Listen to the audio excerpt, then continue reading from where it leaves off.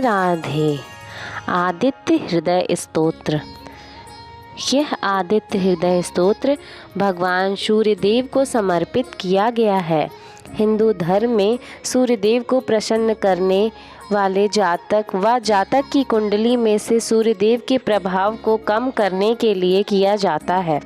आदित्य हृदय स्तोत्र के बारे में वाल्मीकि जी के द्वारा लिखी रामायण में उल्लेख मिलता है, जिसमें माना जाता है कि इस स्तोत्र के बारे में ऋषि अगस्त्य ने भगवान श्री राम को बताया था, जिसकी सहायता से वह रावण पर विजय प्राप्त कर पाए। हिंदू धर्म में आदित्य हृदय स्तोत्र को पढ़ना काफ़ी लाभकारी माना गया है। इस आदित्य हृदय स्तोत्र का पाठ करने मात्र से ही मनुष्य के सभी पाप, कष्ट और दुख सभी तुरंत नष्ट हो जाते हैं।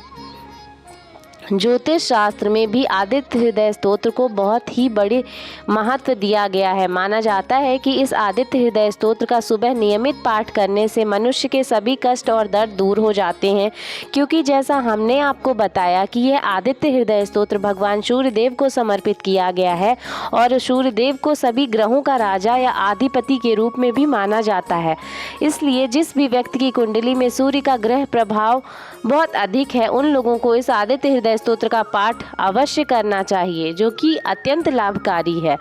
आदित्य हृदय स्तोत्र पाठ अनुवाद हिंदी। विनियोग जो कि इस तरह है।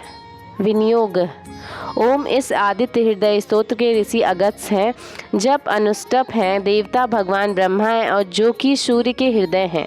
ध्यानम ब्रह्मांड की पवित्र आँख को प्रणाम।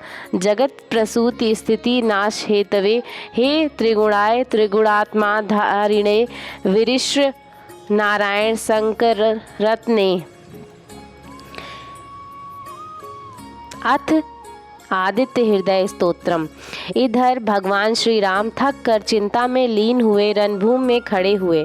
उसी समय रावण भी युद्ध के लिए रणभूमि में आ गया। यह सब देखकर ऋषि अगस्त्य गोकु श्री राम के समीप गए और ऐसा बोले। सभी के हृदय में बसने वाले हे महाभावों श्री राम, यह गोपनीय स्तोत्र सुनो। इस चमत्कारी स्तोत्र के जप करने से तुम अवश्य ही अपने शत्रु पर विजय पा लोगे। यह आदित्य हृदय स्तोत्र सबसे पवित्र और सभी शत्रुओं के नाश करने वाला स्तोत्र है। इसका जप करने से हमेशा ही विजय की प्राप्ति होती है। यह अत्यंत ही कल्याणकारी स्तोत्र है। यह स्तोत्र सभी कार्यों में मंगल, पापों का नाश करने वाला है। इसी के साथ यह चिंता और को भी दूर करता है और मनुष्य की आयु में भी वृद्धि करता है, जो कि अनंत किरणों से शोभायमान नित्य उदय होने वाली देवों और असुरों के द्वारा नमस्कृत हैं। तुम इस संपूर्ण विश्व के प्रकाश को फैलाने वाले संसार के स्वामी भगवान सूर्यदेव का पूजन करो। महर्षि अगस्त्य कहते हैं कि सभी देवता इनके रूप हैं। सूर्यदेव अपने प्रकाश की किरणों से इस जगत को स्फूर्ति प्रदान करते हैं। सूर्यदेव ही अपनी ऊर्जा के माध्यम से ही इस सृष्टि के में देवता गण और असुरों दोनों का पालन करते हैं। यही है जो ब्रह्मा, स्कंद, शिव, इंद्र, कुबेर, प्रजापति, समय, काल, यम, चंद्रमा और वरुण आदि को प्रकट करते हैं। यह पितरों, वसु, साध्य, अश्विनी कुमारों, मरुतगण, मनु, वायु, अग्नि, प्रज्ञा, प्राण और ऋतुओं को जन्म देने वाले प्रभा के पुंज हैं। इनको अलग अलग नामों से जैसे आदित्य, सविता, सूर्य, खग, पूषा, गभस्तिमान, भानु, हिरण्यता, दिवाकर और हरिद्वादाश्व, सहस्त्रारचि, सप्तसती, मरीचिमान, तिरिरो मंथन, शंभु, त्वष्टा, मार्तांडक, हिरण्यगर्भ, शिशिर, तपन, सूर्य, सूरग्नि गर्भ, अदिति का पुत्र, शंख, ठंड का नाश करने वाला और व्योमनाथ, तपभेदी, ऋग, यजु और सामवेद के पारंगत, धन की वर्षा करने वाला, अपम्य, आकाश में तेजी से चलने वाली, अतपि मंडली, मृत्यु, पिंगला, सवर्तापन, कवि, विश्व महातेजस्वी, रक्त, सर्वभावोद्धारक, उद्भव नक्षत्र ग्रह और तारे के अधिपति विश्व भावन तेजस्वियों में भी तेजस्वी और द्वादश आत्मा को नमस्कार है। पूर्व गिरी उदयाचल तथा पश्चिम गिरी अस्ताचल के रूप में आपको नमस्कार है। ज्योतिर्गणों के स्वामी तथा दिन के अधिपति को नमस्कार है, जो जय के रूप है, विजय के रूप है। हरे रंग के घोड़े से युक्त रथ वाले भगवान को नमस्कार है। सहस्त्रों किरणों से प्रभावान आदित्य को बारंबार नमस्कार है। उग्र वीर और सारंग भगवान सूर्यदेव को नमस्कार है। कमलों को विकसित करने वाले प्रचंड तेज वाले मार्तांड को नमन है। आप ब्रह्मा विष्णु और शिव तीनों के स्वामी हैं। सूर्य आपकी संज्ञा है, यह सूर्य मंडल आपका ही तेज है। आप प्रकाश से परिपूर्ण हैं, सबको स्वाहा करने वाले अग्नि के स्वरूप है। रौद्र रूप आपको नमस्कार है। अज्ञान अंधकार के नाशक, शीत के निवारक तथा शत्रुओं के नाशक आपका रूप अप्रमेय है।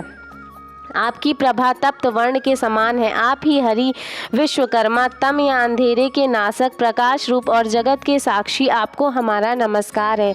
हे रघुनंदन भगवान सूर्य देव ही सभी भूतों के संहार, रचना और पालन करने वाले हैं। यही अपनी किरणों से गर्मी और वर्षा करते हैं। यह देव सभी भूतों में अंतर स्थित होकर उन्हें सो जाने पर भी जागते रहते हैं। यही अग्निहोत्री कहलाते हैं। यही वेद, यज्ञ और यज्ञ से मिलने वाले फल हैं। यह देव संपूर्ण लोकों की क्रिया का फल देने वाले हैं। इसमें महर्षि अगस्त्य भगवान श्री राम से कहते हैं कि हे राघव, जिस किसी पर विपत्ति में, कष्ट में, कठिन मार्ग में तथा किसी भय के समय जो भी सूर्यदेव का कीर्तन या उन्हें याद करता है, उसे किसी भी प्रकार का दुख या पीड़ा सहन नहीं करना पड़ता। आप एकाग्रचित होकर देवादिदेव सूर्यदेव का पूजन करें। इस आदित्य हृदय स्तोत्र का 3 बार लगातार जप करने से आपको युद्ध में अवश्य ही विजय की प्राप्ति होगी। हे महाभावों, इस क्षण आप रावण का वध कर पाएंगे। इस प्रकार ऋषि अगस्त्य आए थे, उसी प्रकार वापस लौट गए। उस समय ऋषि अगस्त्य का यह उपदेश सुनकर महातेजस्वी भगवान श्री राम के सभी शोक दूर हो गए। प्रसन्न और प्रयत्नशील होकर, परम हर्षित और शुद्ध चित्त होकर भगवान श्री राम ने सूर्य देव की तरफ देखा और 3 बार आदित्य हृदय स्तोत्र का जप किया।